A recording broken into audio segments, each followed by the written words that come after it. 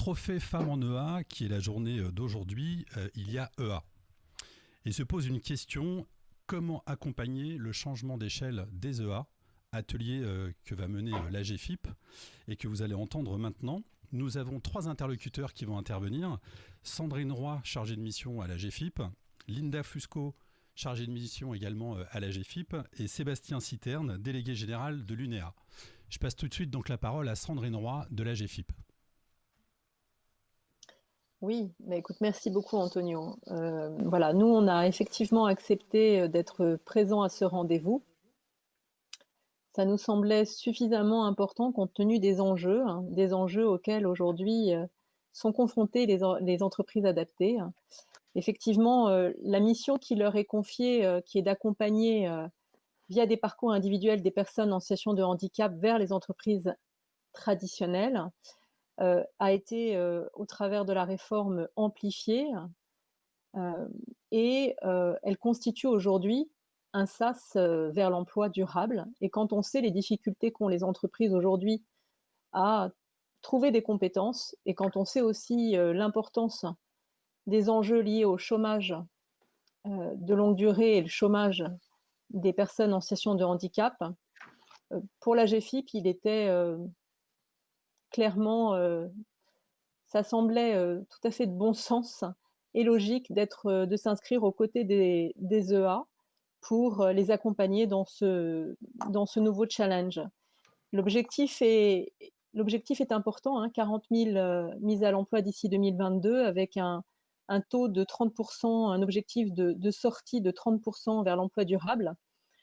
Donc la GFIP a signé un partenariat avec l'UNEA l'année dernière avec un certain nombre d'objectifs et d'actions opérationnelles pour accompagner ce changement de paradigme, on va dire, et pour finalement travailler au rapprochement et aux synergies entre les acteurs, ce que nous faisons déjà sur les territoires et que nous ferons davantage dans l'avenir. Voilà. Donc c'est la raison pour laquelle nous avons répondu présent à l'invitation d'Andy Réseau pour le Trophée des femmes en EA. Et effectivement, nous avons imaginé cet atelier en plusieurs phases. Et je vais passer la parole à Sébastien Citerne, délégué général de l'UNEA, qui va nous présenter le contexte finalement et les enjeux des entreprises adaptées. Bonjour à tous. En effet, les entreprises adaptées ont connu un changement législatif et réglementaire qui est intervenu à compter du 1er janvier 2019, après une concertation qui a duré un peu plus d'1 an avec l'État. Et le constat initial que nous faisions, c'est que globalement, le taux de chômage des personnes en situation de handicap étant 2 fois plus élevé que pour le reste de la population. Les chiffres que l'on avait à l'époque montraient environ 510 000 demandeurs d'emploi travailleurs handicapés et une durée de chômage, d'inscription au chômage qui était 200 jours supérieure au reste de la population. Donc une population travailleurs, personnes en situation de handicap durablement éloignées de l'emploi et pour lequel la situation n'arrivait pas à évoluer positivement puisque ce taux évoluait fortement. Donc l'ambition que nous avons eue et que nous avons travaillé avec le gouvernement était de pouvoir mettre en place de nouvelles modalités de réalisation et de contractualisation avec les travailleurs en situation de handicap dans les entreprises adaptées, tout en sécurisant le modèle qui existe aujourd'hui. Donc, avec une volonté d'aller toucher un public un peu différent pour entrer dans de nouvelles expérimentations. Donc, tout ceci s'est inscrit dans le cadre de la loi pour la liberté de choisir son avenir professionnel qui a été actée en juillet 2018 et qui a en même temps donc apporté des modifications et modifié le cadre d'intervention des entreprises adaptées et modifier les règles de l'obligation d'emploi des travailleurs handicapés. Mais dans un même objectif et dans une convergence d'objectifs qui était de mettre un maximum de personnes en situation de handicap à l'emploi et essayer de s'attaquer durablement au chômage de masse des personnes en situation de handicap. Donc c'était la volonté et l'inscription du cap vers l'entreprise inclusive dans lequel l'UNEA s'est inscrite avec ses partenaires APF France Handicap et une API, était de voir donc de prévoir le doublement de la taille du secteur et de pouvoir accueillir 40 000 nouvelles personnes dans les entreprises adaptées. Donc ceci s'est inscrit en mettant en place, donc comme je vous le disais, le renforcement du modèle entreprise adaptée que l'on appellera SOC, le modèle de l'entreprise adaptée qui existe depuis la loi de 2005, et en proposant des nouvelles expérimentations pour pouvoir accompagner les personnes en situation de handicap dans les entreprises adaptées. Au niveau de l'entreprise adaptée socle, la mission a été renforcée.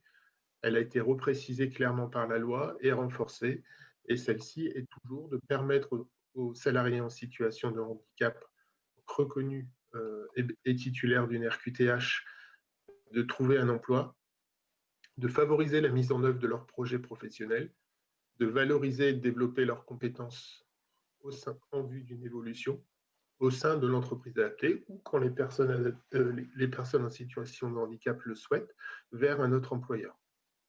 Ça, c'est la mission qui est aujourd'hui réaffirmée, inscrite dans le Code du travail pour les entreprises adaptées. Et les entreprises adaptées ont donc une mission d'essayer de répondre aux défis sociaux de mise à l'emploi des personnes en situation de handicap. Donc, de nouvelles expérimentations ont ainsi vu le jour depuis le 1er janvier 2019. La première expérimentation étant une expérimentation qui s'appelle le CDD tremplin. C'est la mise en œuvre d'un dispositif, d'un type de CDD spécifique aux entreprises adaptées et qui ne peut se réaliser que dans une entreprise adaptée et qui a pour objectif donc d'accompagner le projet professionnel dans une optique clairement affichée de transition professionnelle vers un autre employeur. Donc, avec des objectifs de sortie qui sont fixés aujourd'hui dans le cadre du cahier des charges à 30% de sortie positive, donc en emploi durable auprès d'un autre employeur.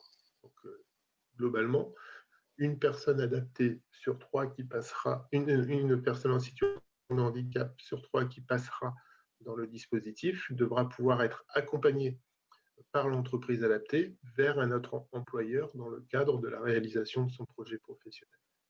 Donc, pour réaliser ceci, on s'appuie sur le triptyque emploi, formation, compétences. Donc ça, c'est une première expérimentation qui a démarré en novembre 2018 et qui aujourd'hui est mise en place dans un peu plus de 220 entreprises adaptées sur l'ensemble du territoire et qui est recouvrée à peu près en fin décembre 2019 environ 1000 personnes en contrat dans les structures. La deuxième expérimentation qui a vu le jour est une expérimentation qui s'appelle l'entreprise adaptée de travail temporaire, donc l'EATT, dont l'objectif est de pouvoir faire émerger un spécialiste de l'intérim pour les personnes en situation de handicap. Donc, pour un public qui sera initialement plus proche de l'emploi traditionnel, l'objectif est de s'appuyer donc sur des contrats de mission qui peuvent être mis en place et de proposer ces missions auprès d'employeurs qui pourront bénéficier des compétences des salariés en situation de handicap concernés et qui pourront embaucher et qui pourront préparer les compétences et embaucher la personne qui sera passée par le dispositif. Aujourd'hui, à l'heure actuelle, il y a 8 entreprises adaptées de travail temporaire qui sont qui sont agréés sur le territoire français. Et la troisième expérimentation qui doit encore voir le jour, et pour qui le cahier des charges de l'expérimentation est encore à établir, c'est ce que l'on appelait l'entreprise adaptée pro-inclusive. Et l'entreprise adaptée pro-inclusive était construite sur une mixité de public beaucoup plus importante. Dans l'entreprise adaptée socle aujourd'hui, nous devons avoir une proportion de 55% de travailleurs en situation de handicap dans les effectifs globaux de l'entreprise. Dans l'entreprise adaptée pro-inclusive, ce taux sera inférieur à ces 55%. Donc voilà les trois nouveaux dispositifs qui ont été mis en place et donc qui ont pour objectif premier de vouloir répondre au défi social de mise à l'emploi des personnes en situation de handicap. Peut-être du coup nous dire un mot, Sébastien, sur la réforme EETH, puisqu'il y a eu la réforme des entreprises adaptées, mais il y a aussi la réforme EETH. Comme je le disais tout à l'heure, la réforme EETH a pour objectif également de vouloir développer l'emploi dans les entreprises privées et publiques. Et donc, dans ce sens, les deux réformes, celle qui concerne les entreprises adaptées et celle qui concerne l'EETH, convergent vers cet objectif. Parce que les entreprises adaptées, de par leur nouvelle mission et les deux nouvelles expérimentations qui sont actuellement mises en place, vont jouer un rôle de préparateur de compétences à destination des personnes en situation de handicap et de proposition de ces compétences aux autres employeurs. Donc ça, c'est un objectif. Le deuxième objectif qui avait été affiché de la réforme de l'EETH était de simplifier les démarches et les déclarations pour les employeurs. Et le troisième, de pouvoir toujours valoriser, mais valoriser différemment les travaux qui étaient confiés aux entreprises adaptées, aux ESAT et aux travailleurs indépendants en situation de handicap. Merci Sébastien. Alors du coup, tu évoquais tout à l'heure les trois expérimentations, dont deux sont à l'œuvre aujourd'hui. Et effectivement, pour accompagner et développer les compétences des collaborateurs en EA, le législateur a mis en place un plan d'investissement compétences EA dont la gestion a été confiée à la GFIP. Linda, qu'est-ce que tu peux nous dire sur le PIC EA ? Alors, effectivement, le plan d'investissement pour les compétences pour les entreprises adaptées incarne et révèle ce que l'on peut faire aujourd'hui en matière d'accompagnement des entreprises adaptées, justement pour introduire ce changement d'échelle des EA. Très concrètement, le plan d'investissement pour les compétences qui a été confié à la GFIP en juin 2019 par la DGFP a consisté à mettre en ligne 3 aides qui visent à accroître et à accompagner cet effort de formation auprès des entreprises adaptées. La première aide consiste à contribuer et à compenser la rémunération des salariés en entreprise adaptée dès lors où ils accèdent en formation sur leur temps de travail. La deuxième aide consiste à prendre en charge à 100% les coûts de formation, les coûts pédagogiques, les surcoûts, les frais d'inscription, les frais de certification ou bien les frais annexes à hauteur de 25 € de l'heure de formation. Et la troisième aide consiste à financer ce qu'on appelle l'ingénierie de parcours et de projet, qu'elle soit individualisée ou collective ou groupée, avec un plafond pouvant aller jusqu'à 15 750 € pour une ingénierie. Alors, quelles sont les différences majeures de ces 3 aides par rapport à l'offre socle de la GFIP ? Ces 3 aides sont mises en ligne de façon dématérialisée à l'aide de formulaires assez simples que les entreprises adaptées peuvent remplir via notre site internet agfip.fr. Et ce qui est important de voir, c'est que nous intervenons dans une logique de remboursement sur la base d'une attestation de service fait, ce qui peut faciliter grandement et fluidifier les parcours de formation.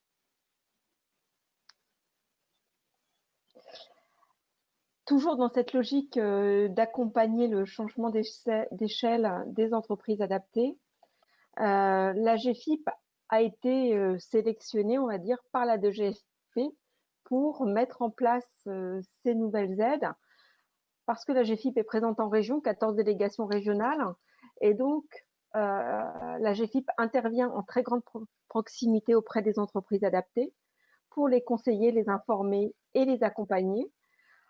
La GFIP met également en place sur le territoire un réseau de 17 ressources handicap formation. Ces ressources handicap formation peuvent, à un moment donné, accompagner l'appareil de formation, mais également les entreprises adaptées et les salariés en entreprises adaptées, tout au long de leur parcours de formation. Les atouts de la GFIP également consistent à professionnaliser différents acteurs, les entreprises, les organismes de formation, les salariés en EA, sur un certain nombre de sujets, comme la compensation du handicap, comme la prise en compte du handicap en matière de recrutement et d'intégration en emploi. Et elle complète son offre de services à travers, ce qu'on va voir tout à l'heure, un faisceau d'aides qui viennent compléter les besoins, en tous les cas y répondre au plus près du terrain. La GFIP, à travers un réseau de partenariats nationaux et régionaux, a cette opportunité de mettre en réseau un volant d'acteurs, toujours dans cette optique de mieux accompagner les entreprises adaptées dans ce changement d'échelle. Alors, la lettre de mission, on va dire, de la DGFP pour répondre à ce changement d'échelle, hein, c'est bien entendu rendre autonome l'entreprise adaptée dans ses démarches auprès des organismes de formation, tant dans la conception des parcours, dans ce qu'on appelle l'ingénierie, mais également dans l'ingénierie financière et dans l'achat de formation au bénéfice des salariés en entreprise adaptée pour les accompagner à cette transition professionnelle et d'aller au-delà de l'entreprise adaptée et de s'intégrer dans une entreprise un peu plus classique. La GFIP également, par la mise en place de ces formulaires en ligne, c'est l'opportunité de faciliter ces démarches, de les rendre plus simples, rapides et intégrant une dimension digitale, et de développer et de mettre à disposition une expertise, des formes de conseil et d'accompagnement auprès de ces encadrants entreprises adaptées. Voilà, je pense que j'ai suffisamment bien résumé les atouts de la GFIP et la logique de service que la GFIP entend mettre à disposition de l'ensemble des acteurs et pas simplement les entreprises adaptées, mais tous les autres acteurs qui peuvent œuvrer à cet accompagnement dans une logique de proximité au sein même de l'ensemble des territoires. Merci Linda. Et du coup, en complément, ce que tu disais, donc le PIC-EA, effectivement, les aides du PIC-EA sont destinées aux EA qui sont agréés dans le cadre des expérimentations. Et donc les autres, donc ça représente, comme le disait Sébastien, 220 EA sur plus de 800 structures. Oui. Et les autres structures EA peuvent tout à fait émarger sur l'offre de services et d'aide financière de la GFIP. Exactement. Donc c'est ce que j'ai appelé nos aides socles, nos aides un petit peu historiques, hein, qui figurent dans notre catalogue à GFIP. Donc nous pouvons mettre à disposition de l'ensemble de ces entreprises adaptées à la fois un faisceau de services, d'aides, mais également de prestations qui répondent à des principes fondateurs. La prise en compte du besoin au-delà du statut de la personne, qu'elle soit demandeur d'emploi ou salarié, et quelle en soit l'étape de son parcours et quel en soit le référent qui l'accompagne. Nos aides, nos prestations, mais également nos services sont vraiment centrés, certes, dans une logique d'insertion, de mise en emploi ou de maintien dans l'emploi, mais surtout de compenser le handicap, quelle en soit la situation. L'ensemble de nos aides et de nos prestations ont été conçues dans cette logique de réponse en complémentarité des dispositifs de droit commun toujours dans l'optique aussi que la GFIP permette cette passerelle d'accéder à une offre de droit commun répondant à un tout public. Le périmètre de notre offre, j'en ai parlé tout à l'heure, on couvre à la fois les personnes handicapées mais également les entreprises. Et volet employeur de droit privé, nous avons rendu entièrement à disposition l'ensemble de nos aides, de nos prestations et de nos services aux entreprises adaptées, bien entendu, mais également à l'ensemble des structures d'insertion par l'activité économique.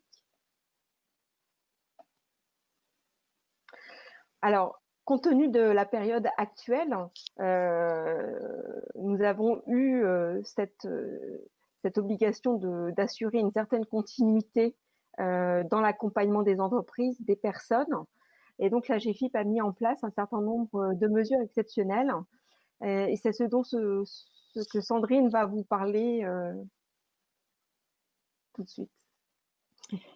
Alors, les mesures exceptionnelles, oui, je vais pas rentrer dans le détail, hein. Simplement, voilà, il y a un slide qui montre bien l'ensemble des aides qui ont été imaginées dans des délais très courts au mois de mars, évidemment, compte tenu du contexte. Un certain nombre d'aides, de prestations ont été imaginées pour aider les entreprises, toutes les entreprises, et là, ce n'est pas que les entreprises adaptées, mais en tout cas, ces aides, ces mesures exceptionnelles sont également destinées aux EA et aux salariés d'EA et ont été imaginées pour finalement accompagner les structures et les personnes qui pouvaient continuer une activité pendant cette période et surtout dans le cadre de la reprise d'activité. Et l'ensemble de ces mesures ont été, sur décision de notre conseil d'administration, prorogées jusqu'au 30 septembre, jusqu'à fin septembre. Donc, je vous renverrai à la fin du document qui est projeté là. Vous avez un certain nombre de liens sur lesquels vous pouvez vous appuyer pour prendre connaissance des différentes aides, et notamment sur le site de la GFIP. Donc, ce sont les documents qui clôturent ce PowerPoint. Donc, sur notre site, vous trouverez toutes ces aides, encore une fois. Sachez que l'ensemble de nos délégations régionales sont à votre disposition pour répondre à vos questions, justement, en fonction des besoins qui pourraient être les vôtres. Et en ce qui concerne les EA, sachez également que dans nos délégations régionales, vous avez un collaborateur qui est chargé d'études, voilà, en charge d'un certain nombre de sujets, mais qui est référent des entreprises adaptées et qui peut demain, du coup, être votre interlocuteur et répondre à vos questions par rapport à des besoins que vous auriez, des questionnements, voilà, besoin de mobiliser des aides pour répondre à des situations individuelles particulières. Donc, n'hésitez pas à les contacter. Voilà.